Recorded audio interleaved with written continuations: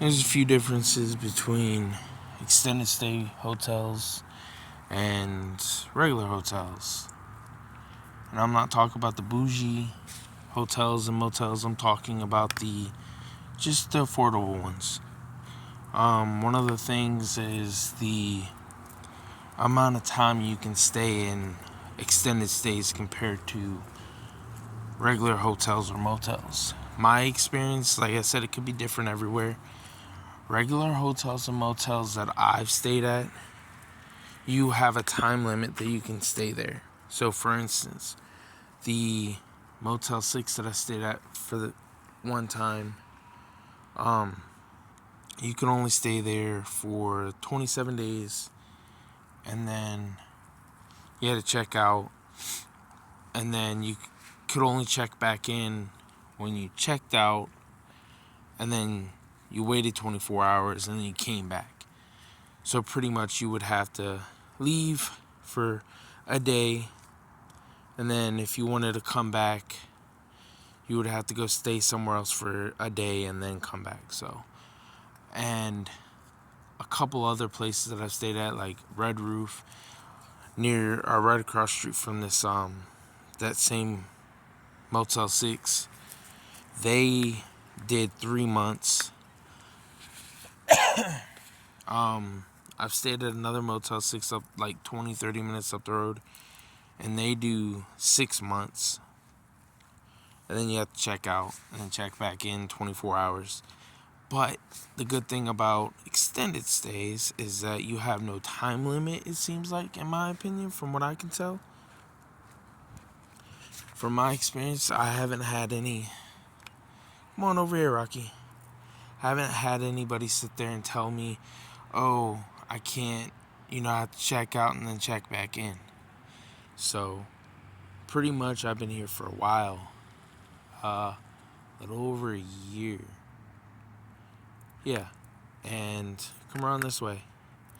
And they haven't said nothing. There's been people that stayed, from what I understand, stayed here for years. It's pretty much like having a studio apartment. Another difference is that the extended stay has a full bathroom, full kitchen. I mean, I know the regular hotels have full bathrooms, but what I'm meaning is that the extended stays have a full kitchen. So you got cabinets for storage, you got a full fridge, you got stove top to cook your food on. You do got a little bit more storage inside of the extended stay rooms, because the ones that I've stayed at, they're a tiny bit bigger than a regular sized hotel room. And then when I stayed at the hotel rooms, I remember the one Motel 6 that I stayed at, you had to pay extra. I think it was like 5 or so extra to get the microwave and mini fridge. And then if you stayed at like the Red Roof right across the street, you get and there's the freaking door alarm that I was telling you about. Like if you leave that door open too long, the door alarm goes off. But the regular hotel at that Red Roof, you get a fridge, a mini fridge, and then you don't get a microwave. They have communal microwaves at that one. So pretty much they have this little common area you go in and you can use the microwave, and everybody that's staying there can use it, or really anybody in general, because it's not locked down. You don't get nothing else. It's just the bare minimum room. So that's another thing I like about the extended stays more than I like about the regular hotels, is the amount of time that you can stay there and the fact that you get a full kitchen. Also, one con about extended stays, at least the ones that I've stayed at, you got to deal with not having a office person in the office 24/7. So pretty much what I'm saying is that over at the extended stays that I've stayed at, they have office hours, so they're only in there from 9 a.m. to 10 p.m.